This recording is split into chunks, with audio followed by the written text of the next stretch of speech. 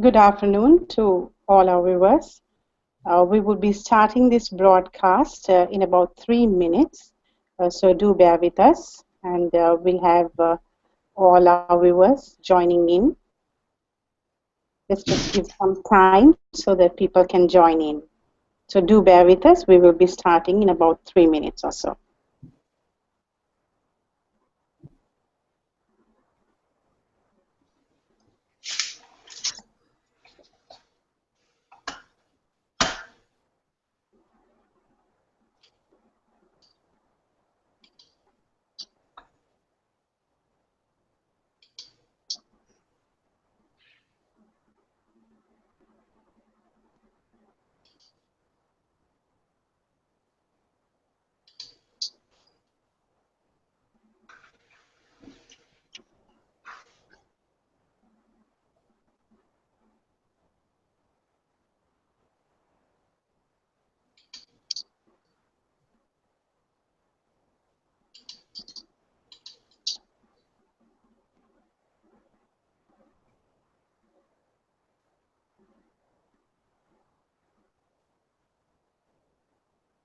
And we will be starting this broadcast in about a minute or so. So please do bear with us. Let's just give our viewers to join in.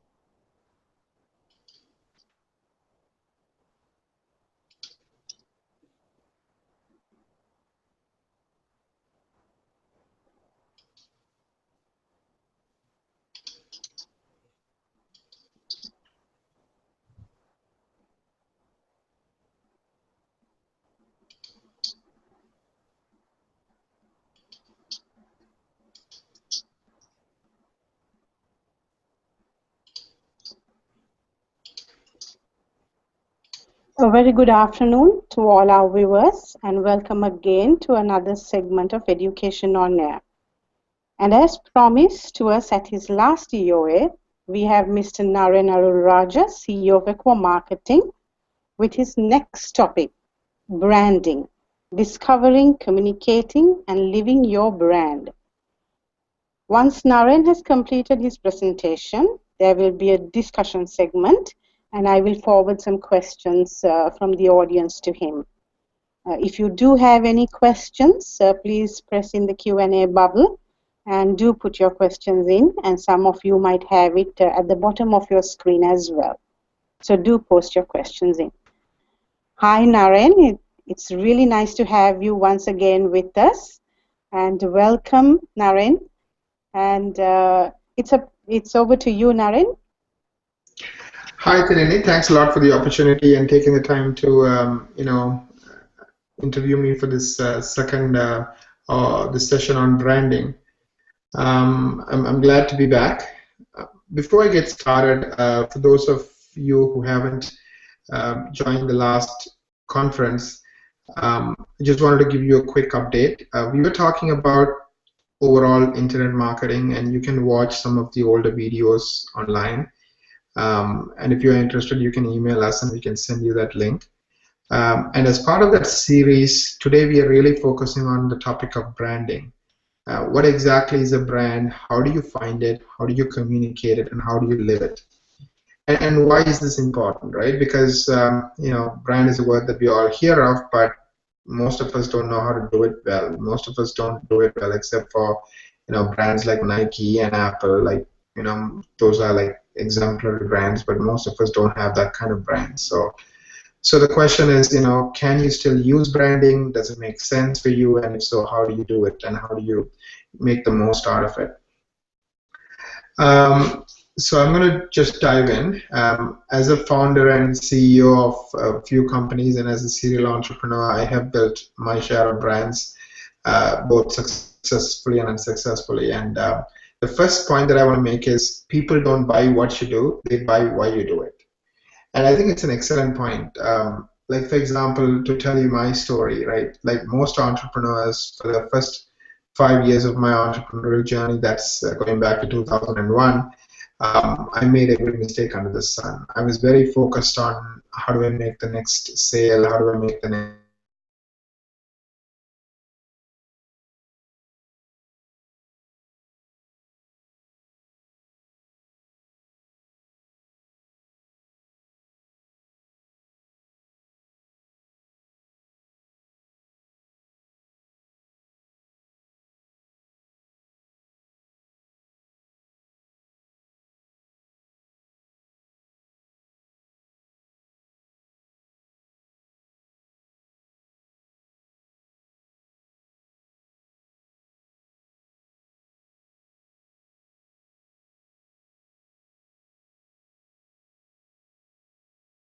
how do we communicate?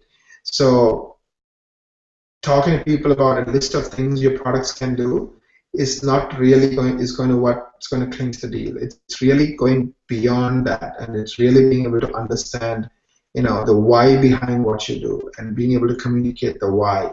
What motivates you? What is that significant why that makes sense to you and obviously your customer?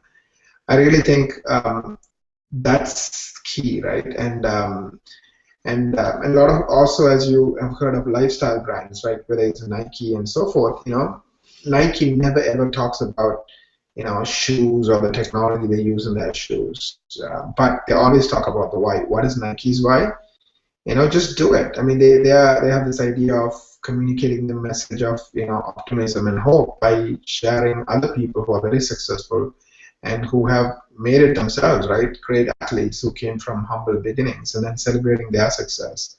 So really going back to the why Nike was created, why Nike exists, right? Not to build this shoe or that shoe or this technology, that technology, but really to encourage the population in the world to just put their mind to something and just go after and do it, whether it's walking or golf or any kind of sport, right? So I really think this is a fundamental paradigm shift you should think about when you start thinking about your brand.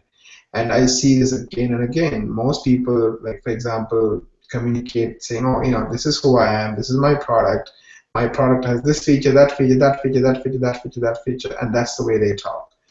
And after a while, after people keep hearing the same thing from everybody else, they just get disillusioned. I mean, so I think connecting to people on an emotional level on the why, I think, is very effective. And I think that's key for brands. Um, so how do most people communicate? I'm going to use the example of Dell. Dell says, okay, we build computers. And our computers are cheap, our computers work, that's the how part, and that's it, right? So they always talk about, oh, you have this new chip here, or this processing power there, or some reason as to why that particular computer is interesting to somebody. But if Dell is the only company doing it, fine, I think their message would work. But then there are 50 other companies like Dell, some big, some small, HP, and so forth. They all say their product is cheap, they all say their product is great, they all say they make computers. So as a consumer, it's very hard to differentiate. So communicating from the outside in, meaning starting with the what, and then the how, and then the why, doesn't work. Now, if Apple were to communicate the same way, right, they would say, we make great computers, they are beautifully done, easy to use, always work, do you want to buy one? It doesn't have the same attraction, right? I mean, we just had the recent iPhone launch. They sold 4 million phones at $800+ average selling price in the first 24 hours, just online. And then within the first weekend, they sold 10 million additional phones. I mean, when they opened up their stores, I mean, people were lined up for 2-3 days in advance trying to buy this phone. So obviously, Apple doesn't communicate the way Dell communicates, saying, "Oh, we make great phones. They are beautiful, easy." That's what everybody else says, right? That's not how Apple communicates. Great brands like Apple, they communicate from the inside out. So they start with the why, and then they talk about the how and the what. So let me kind of give you an example. So what is Apple's why? Everything we do, we believe in challenging the status quo. We believe in thinking differently. Okay, that's their why. Everything we do, we believe in challenging the status quo. We believe in thinking differently. The way we challenge the status quo is by making our products beautifully designed, easy to use, and in a way that always works, right? So that's their how. So their how is the way they live their why, which is challenging the status quo and thinking differently, is by designing beautiful products that are easy to use and always work. Meaning you don't need to hire a technician to help you set up your iPhone or your Mac. It just works out of the box, right? And then they finally say, oh, we happen to make computers. Do you want to buy one? And then they also happen to make music players. They also happen to make phones, and they're going to be making watches. So Apple can jump from one industry to the other and totally dominate the industry because people believe in the why. People, identify with the why. But this is the other key point. These are not just words on a piece of paper. Apple actually lives it, right? So let's go back to this. Everything we do, we believe in challenging the status quo. We believe in thinking differently.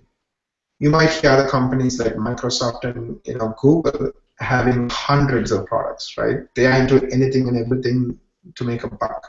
Apple doesn't do that. They have 5 products, and you can fit all their products in a small table, right? So when they talk about challenging the status quo and thinking differently, they actually do. So people identify with that. It's not just lip service. It's not just talk for the sake of talk. It's actually living it. And the next point, how they do it. The way we challenge the status quo is by making our products beautifully designed, easy to use, and in a way they always work. Again, they live it, right? Obviously we all agree that their products are beautifully designed, right? And it's easy to use. I mean, my 80-year-old my mother can use it, or my daughter, who was 3 at the time, could use the first iPhone when it came out. I mean, nobody had to teach her, nobody had to tell her, oh, here is the button you press for this, and here is the button you press for that. It's pretty intuitive, right? So they really focus on that ease of use. Your age and your background and your culture, nothing impedes from your ability to use one of their products. So again, they live it. A lot of people will say our product is easy, but when you start using it, it sucks. And most CEOs of companies don't know how to use their products, right? So when you make a claim as to how you do something, you better really, really, really make sure you can, you are living it. And again, when we talk about ease of use, even the packaging is easy to use, right? I mean, like I know when I get my Samsung, I need a Samsung box, which I haven't bought in a long time. I need a scissors to cut open the box. Apple, there's a small sticker, you just remove it, it's just off. It comes charged. I don't need to charge it. The typical device I get, I have to put it into the charger. So I'm excited, I'm jumping up and down, having paid $600 for a camera or a phone or whatever, and it takes me 3 hours to charge the thing. It's minor detail, makes a big difference. So as soon as I open my iPhone, it's already charged. I just press the button and bingo, it goes, right? So again, it goes back to that ease of use. So living it. So I think the key message that I'm trying to communicate here is, first of all, start with the why. Then talk about the how and the what. Don't do what 99% of the companies do, which is start with the what and then the how and then the why. And second of all, it's not just talk. You have to live it. You have to listen to your market. So if an Apple messes up with their Google Maps, they need to listen, and they did. They said sorry, and they pulled it out, right? So, you're not going to make mistakes. Doesn't mean you're going to be perfect, but you really have to try to listen and make sure that whatever you're promising, you actually are delivering. So living it is key. So what is the why? Let me spend more time on it. That's the belief. That's the purpose. And in Apple's case, it's the idea that changing the status quo, changing the world, right, and thinking differently, right, not doing it the same old way, trying to do it cheaper, faster. They don't believe in playing the cheaper, faster game. In our case, Equa, we went from 0 to 150 staff in a span of 6 years, and we just came out of almost dying as a company by focusing on our why. Our why was very simply, we noticed that there are some business owners, when we started, we only focused on doctors, are good at business. So we made it our mission to help those people who are good at business be the best at marketing so their business grows, right? So our why is all about helping people who know how to be successful in business be the best at marketing by doing things on their behalf. So the why is helping those who know how to be successful be successful. That's our why. That's who we are about. right? The what happens to be by how we do marketing, right? By innovating, by putting a lot of hours every single week and month, because it's very easy to give lip service and tell you this and tell you that, but unless you have real people doing real work, nothing is going to happen. If you don't do anything, you're not going to see the numbers grow. You're not going to see the phone calls grow. You're not going to see the clients grow. So that's our how, building those teams, putting the hours in, continuously innovating. The other thing we noticed is we have to connect the dots. So we really focused a lot on, call tracking, analytics, all kinds of stuff. So it's not just talk, it's real, right? We can actually see things happening and we can actually see things improving. And when there are opportunities to, pick a low-hanging fruit, those analytics and those tools help us identify the low-hanging fruit.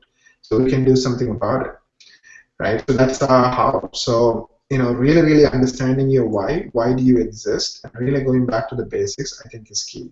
So if I were you, I would spend some time really asking your why. What makes you unique that you really will never change? That's something that's core to you, right? Because the people who, if you study the people who are extremely successful in business, none of them started with the goal of making $1 billion. They all started with the goal of making a difference, right? Doing something meaningful, something significant. So I do think really going back to, and asking that why, I think is an important question. And I think as a founder, CEO, or any kind of a leader, it's an important question to struggle with and figure out the answer for. And how, like I said, I gave you some examples for Equa and as well as for Apple, right? So I think you need to figure out what is your how, right? And obviously your how has to be something that makes you special, something that most other people are not able to, do. And then you have to keep getting better. So just because Apple built a beautiful product 6 years ago, they can't stay with it. They have to keep evolving, because the definition of beauty keeps evolving. You have to keep, getting better and better, and and doing the things that you said you're going to do. So how doesn't stay constant? So a lot of the things that you pick on how should be something that you can continuously improve on. Whether it's building better teams, right? It's whether it's, putting hours and making sure every hour counts for adding value, right? So that's kind of how we make sure that our how, stays relevant and growing. One simple way to find your how, especially if you're an established business and you're not really sure, is ask your customers. So ask your customers a simple question. Why do they keep coming back to you and keep telling their friends about you? And a lot of times they'll give you the same answer or similar answers. And that's your how, right? So if you haven't been in business 10 years, there's a reason you've been around for 10 years, and that's your how. So ask your customers, why do you keep coming back to us? Why do you tell your friends? And if you kind of get lukewarm answers, that means your house sucks and you need to do something about it. Because if you don't, you're going to go out of business. But if you start getting consistent answers and pretty strong answers, then you have a pretty decent house. Now it's a question of realizing it and living it even more, and it's making it even better, right? So and then communicating it. So those are all how you would go about doing it. The what to me is the least important. It can change. You can jump from industry to industry, sector to sector, or even within product categories. And the features again will change, right? Obviously, what customers want is what you're going to give them. So to me, this is not really a differentiator, right? Because even if you have some cool new idea, somebody else is going to copy you, and they'll have it within 3 weeks or 3 months, right? So the what is something that you have to tell them, because they will want to know before they sign the check what they're going to get for the money. But to me, that's the least important of all three. Why being the most, and how being the second. So this is a great quote that I again got from Steve Jobs, and he said something along the lines of, we live in a noisy world, and people don't have, they're not going to remember much about you. So you have to be very crystal clear on, your why and the how and the what, but try to, summarize it within, a few words, maybe 30 words at the most. So it's really, really important for you to think this through and get it right. And don't just say, do it because I'm telling you to do it, but really do it because you kind of feel it. You really have reflected on it, and it really makes sense to you. So how would you develop your own brand, right? So what do you believe in? Like for example, I work with a company that makes great, extraction tools. They're the best of the best, right? So they really, really, really believe in innovating and being for helping doctors. I mean, dentists, for example, have the tools they need to be effective in dentistry, because this tool is very inexpensive but amazingly useful. People love it, right? I have another client who makes loops, and again, they are the best of the best, and that's really their why. They really want to be, the very best when it comes to technology, for those who care about those things, right? And then the how is, they spend a lot of money on innovation, and they have thought leaders who talk about their products. So those are all the hows of how they kind of make that come true. And then the products and the features, that's the least important, right? Because people are not buying the features, they're buying the brand. I mean, I'll give you an example. Somebody walks into a regular PC store and they will nickel and dime about $50 to pick a Dell versus an HP, and already it's $400 for HP or 450 for Dell. But the same person walks into an Apple store, Apple says it's twice the price, and Apple never even talks about the specs in that much detail. Do you want two options? One is black and one is white. That's all the options you got. They just go with it. Why is that? So how come the same components in both computers, one is selling for twice the price of the other? It's because of the brand, it's because of the why, it's because of the how. Those who identify with the why and the how are willing to pay whatever it takes, because it's worth it for them. In the long run, those that why and the how is worth it for them. Uh, so what do clients expect? I mean, I work with doctors a lot, right? So I have a pretty decent understanding of doctors. I think doctors are, I mean, a lot of people say doctors are cheap. And I kind of thought that when I went into it, but then I realized they are value conscious. What I mean is they want their money's worth. And I really think in this climate, anybody who expects to get their money's worth is not being unreasonable. So, but unfortunately, most companies interpreted that as, let's fool them. Let's kind of find a gimmick. So we'll give them lots of useless stuff, or a lot of buzzwords and a lot of checklist stuff, and then tell them our product is cheap. So let them go with it. And some doctors have made that mistake and they regret and they go back and find somebody else. But I think that's not a sustainable business model, because it's like you get somebody in the front door and you lose somebody through the back door. So it's always a struggle. But if you want to build, I think, a sustainable business model, you have to go back to giving them something of value, something that's lasting. The good news about doctors is they're very loyal, right? So once you get them and they love you and you do a great job, they're going to stay with you forever. I mean, one of the things I'm pretty proud of is 90% of our clients stay with us every single year, and they keep renewing and they keep renewing, and that's great, because it's recurring revenue, and more importantly, it gives us stability to invest and keep getting better and better and better, right? So you create the business model or the environment to be who you are. So I do think focusing on results, focusing on value, being straight with people, right? Sometimes you have to tell people this is not a good fit. You're not the candidate for this, right? So I think those are some of the key things you need to pay attention to doctors, right? So give them value, but don't try to cheat them. Don't try to kind of hoodwink them, because eventually they'll figure it out, and eventually they'll tell their buddies if they think that they didn't get what was valuable, right? So it's even a lot worse than making that one sale, because the amount of damage that's going to do, it's going to be pretty scary.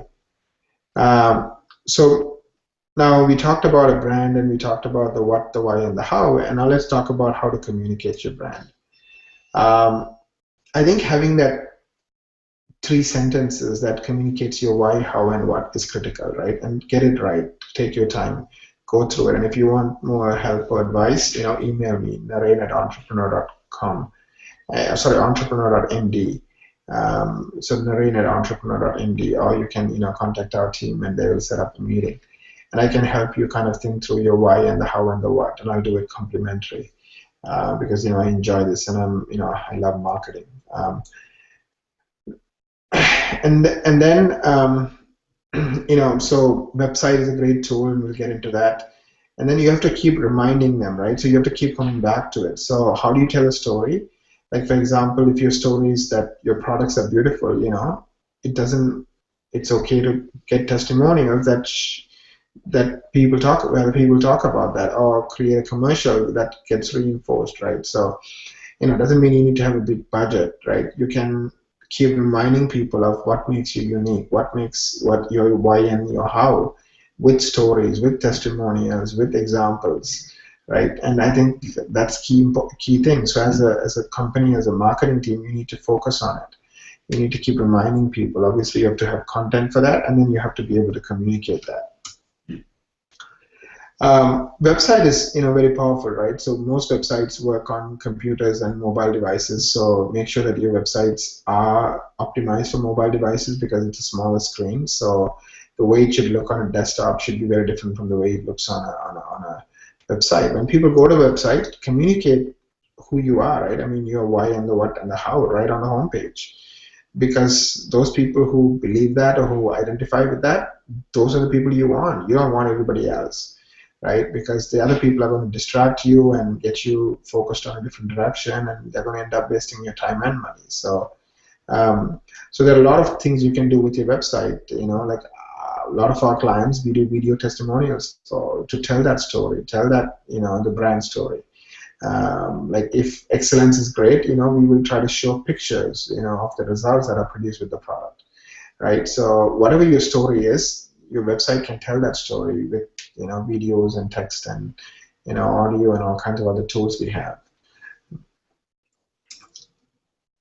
Um, Now, third-party review sites, this is not as important as it is in certain industries because there is no single place for a doctor to go and find reviews about products and services. So it's not that important, but I think eventually it will become important because people refer to their friends. So just like they refer to their friends before they make a purchase decision, whether it's a restaurant or finding a plumber, I'm sure they're going to refer to their friends when they're going to pay 20,000 on equipment or $1,000 a month on supplies, right? So I think you need to start building that reputation, whether it's on your own site through testimonials or whether it's on third-party sites that have these types of reviews.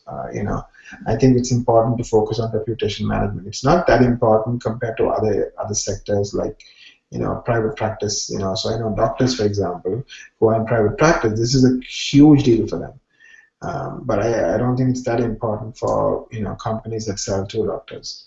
Customer success stories, again, we talked about having video testimonials, right? So those could be part of your website. You can really tell your story. Always remember what your story is. Always remember your why and the how and the what, and everything you do should reinforce that. Because you don't want to tell one person one thing and somebody else something else. So this is why having that team is critical. So the customer success story, again, is a way to tell that story. Newsletters, right? And newsletters, I think, has to be about them, right? Because nobody wakes up in the morning to spend 3 minutes or 5 minutes to hear why you are great. So I do think really it should be about them. So focus on them and something that's going to add value to them. So 75% of the newsletter should be focused around that. And then 25% you can tell your story, but not directly, not in your face indirectly. Oh, by the way, this week we are giving this innovation award to one of our customers for using this product in this way and making a difference, right? So I mean, however you want to kind of tie it together, you should. But so even when you're promoting yourself or talking, enhancing or reinforcing your story, make sure that it's communicated in a way it's not seen as pure in-your-face promotion and marketing. And why do you do that? Because out of sight, out of mind. So people are busy, their lives go on. So when they hear from you, they know that you're thinking of them. And if it's done in a personal, tasteful, and useful way, they're going to really remember that. And next time somebody wants something, or next time you need help because you have a referral who wants to talk to them, they're going to be much more interested in helping you. And also when you want to when your upgrade cycle is there and you want somebody else to upgrade from you or keep buying from you, that constant contact really makes a difference. Um, you can also, look at social media, right? Websites and newsletters. So it's not just newsletters and websites, but even Facebook, even Twitter. Now, it all depends on your industry and how comfortable your clients, your doctors are with that particular medium. If a lot of your doctors are on Facebook, hey, use Facebook. You go to a conference and you give a talk, put up that talk. Share a picture with some of the thought leaders. So kind of keep reinforcing. If you're message is XYZ, kind of keep reinforcing that message, but not all about you, 80% about them and how you can help them, and 20% about you. So living your brand is extremely important, right? So how do you do that? So one of the things that we are big into is call tracking. So we try to, listen to the calls. We want to make sure how the customers are handled. How do we do things, right?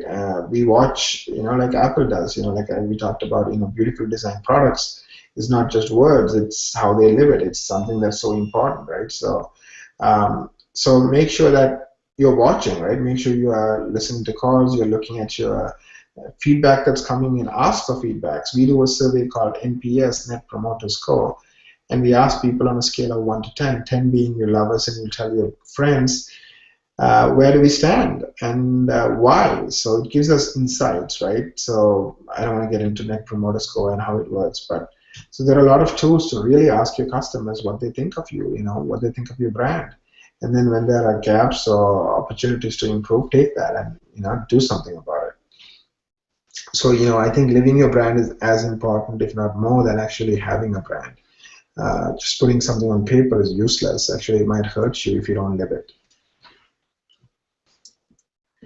So I'm going to spend a bit more time on Net Promoter Score. So Net Promoter Score is you do a survey, you ask all your customers on a scale of 1 to 10, 10 being you love us and you will tell your friends where do we stand, and second question is why.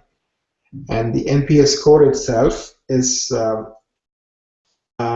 pretty straightforward. It's you find out the number of promoters and you subtract the detractors from that. So who's a promoter? Promoter is somebody who gives you a score of 9 or a 10 out of 10. Detractor is somebody who gives you a score of 6 or less. So the idea is that the more promoters you have, the more your business should grow. The less detractors you have, the less your business should shrink. So promoters minus detractors will tell you how strong your customer base is.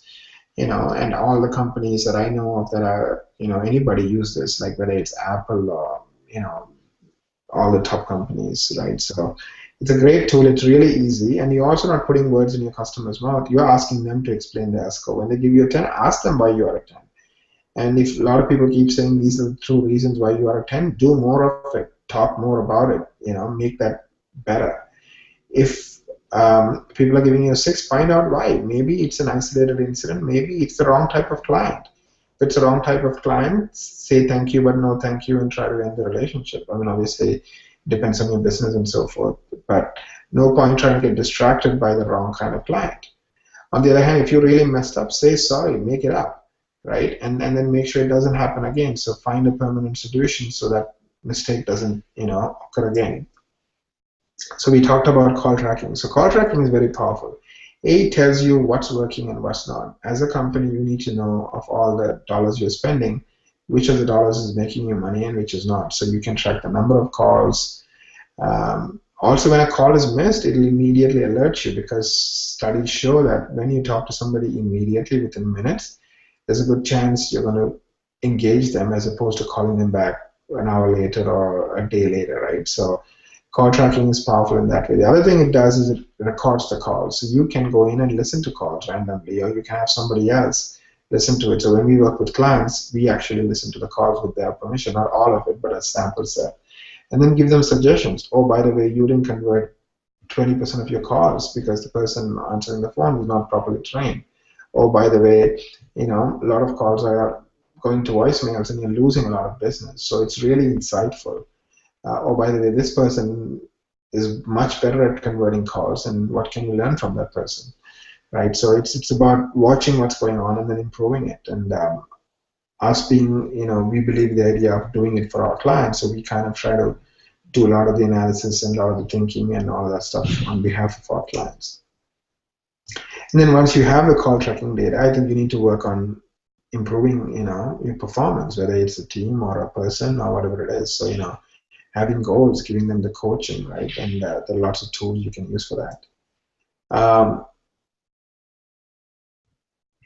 So, branding, like I was saying earlier, is you have to discover it, you have to communicate it, and you have to live it. And if you do, it's unbelievably powerful, right? Because your brand could be worth more than your business, because that's what makes people come back and come back. Before I get into questions, I'm going to touch on the upcoming presentations. Reputation management and social media. So this is one of the next presentations we'll be going through, and it's focused on how you can build your reputation and how you can improve your social media. Automated marketing, content marketing, and analytics. So this is really about connecting the dots, right? Because marketing that doesn't help you grow your business is useless marketing. So how can you use analytics for that? Content can be used in so many ways. The same content can help your social media page, can help your website, can help your newsletter, right? So how do you use content in multiple ways? Automated marketing is, remember somebody came to your website, but they're not willing to cut a check of $30,000 today or build a relationship with you, right? So how do you harvest that information? How do you know who these people are, and then how do you work with them? So over time, they get really good at, you get really good at nurturing those people who stumbled upon you to eventually become customers. So automated marketing is a very powerful tool where you can customize what each person gets depending on their interest, depending on where in the stage they are in the sales process. So you don't have to do it one-on-one, but you can really manage that whole relationship with prospective customers in an effective way. So again, you spend time on all three in one of the next presentations. Tilini, do we have any questions? Yes, thank you, Naren. That was very informative. And continuing our discussion segment, let me move on to the questions that we have received today. And the first question: how can I use social media to promote my brand? Does advertising online really work? It's a great question. Depending on the type of product you have, so I'm going to give a couple of examples. If you're selling low-cost product, let's say you're selling, gloves, right? Your margins are pretty low. It's a repeat business. So if you're willing to spend a significant amount of money per customer to acquire that customer, because that lifetime value of that customer is significant for you, then I think things like SEO and internet marketing will work, even social media, because let's say you spend $500 to get that customer, but the customer is worth $3,000, so it's worth it. So you need to really understand your lifetime value of your customer and invest accordingly, right? So if you have a lifetime value where the lifetime value is $50, I'm not sure if it's going to be worth it because the numbers won't add up. So I really think you need to understand your lifetime value when you answer that question. And does it really work? I think again it comes down to having a well thought out plan and expectations. And if you want more guidance, I mean, I don't know your particular situation, so I can't totally answer it. But if you want more guidance, I can really dig deep and give you some thoughts. And my email and my phone number is here, so you can contact me, and I can spend some time thinking it through. But yeah, I do think you need to really understand your business and see if it's a good fit, and if it is, then have reasonable budgets and expectations. If you don't, then you're going to be disappointed. So next question. Yes, we'll move on to the next question. Is it okay to change my old logo? What is the best way to get around it? Yeah, I mean, I think it goes back to the basics, right? So changing the logo just for the sake of changing the logo, I'm not sure if it's an effective use of your time or efforts. And the last thing you want to do is to confuse your customers, because now they don't realize, they don't realize this is you, because the logo is totally different. I do think if you have the right brand, meaning you have thought it through, you have your why, the how, and the what, and you have really thought through your brand, then I think if the logo kind of supports it, then I think makes sense. And obviously, don't take it lightly, because logo is a major change, especially if you're an established business. So make sure that there's a reason why you're doing it. Don't just do it for the sake of doing it, or don't just do it because you think you have a cool new idea for a logo, right? So okay, let's move on to our third question.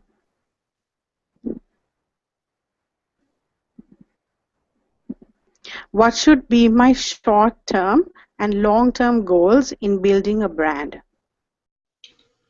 What should be the short-term and long-term goals in building a brand? Is that the question? Yes. Yeah, I do think the first thing you need to focus on is, do you have your brand right? And I think it takes some time. You have to do a lot of soul searching, right? It has to come from within. It has to be something that will never change, especially the why. And your how has to be meaningful enough that enough people find it attractive, you know. So I think it's both soul searching and also really understanding your market. So I think the short term goal is to really think about it, really talk to customers, understand why they keep coming back to you, understand, you know, why you got into the business in the first place and what is the fundamental thing that you're about, right? So I think short term is really getting it right and doing whatever it takes to have the conversations, have, you know, have the thought to get it right. And long term, I think, is really about you know, living it, right? So which is, and communicating it. So tell your story, tell your brand story in better and better ways, using examples, using, you know, videos, using text, using, you know, customers, right? And live it meaning pay attention to it. If you're saying something in your brand, this is how we do it.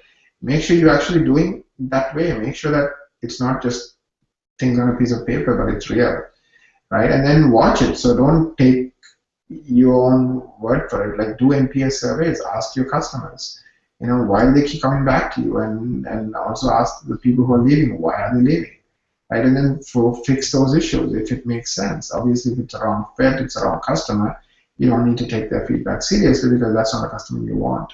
But if it is a good fit and it's the right customer, then you need to really listen to their feedback and, you know, go from it. I think short term it's getting it right, getting your brand right, and the long term is living it and then seeing if it, you know, if you're actually living it and also communicating it.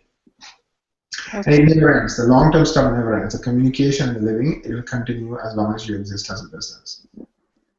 Okay, so let's move on to our fourth question. Does it really matter how our ideal audience see us? As anyway, our clients are still coming to us for our services. Now that's a tough question, and I don't know if I have a simple answer. Can you repeat the question again? Yeah. Does it really matter how our ideal audience see us? And anyway, our clients are still coming to us for our services. Yeah, I think if your industry or your business is not being disrupted, meaning um, there's not a lot of change going on, and you are the number one player in that space, and you have been around forever. And if that is the case, I guess the answer is yeah. Who cares, right? They will keep coming back because they don't have any other choice. But if that is not the case, and you kind of take your eyes off the ball, and somebody else comes in with something that resonates with people better, you are in trouble because you never really took the time to build that brand. You never really took the time to build that loyalty and that, you know, that, you know, we talk about fan clubs, right? Apple has fans, right? That's what they line up 10 million people line up for 3 days to get a phone for $800. I mean, that just doesn't make any common sense, but they do it, right? So it can be powerful, right? So I do think yeah, you may not need it right now because maybe there's no disruption, maybe there's no new incumbents on the horizon, but it's better to be safe than sorry. So I would personally, you know, invest in the brand. I would personally invest in building that loyalty by living that brand. Okay, let's move on to our fifth question. We have been in business for many years now and not really thought of building a brand as such. Where do I start? Yeah, I think brand is not complicated, right? It's not about, you know, the logo, it's not about fancy anything, right? It's really about who you are. So I really think go back and ask that question, you know, why do your clients who love you keep coming back to you? What are the three reasons? That's your how, you know, communicate it and live it. Make that stronger and stronger, both in communication and living it.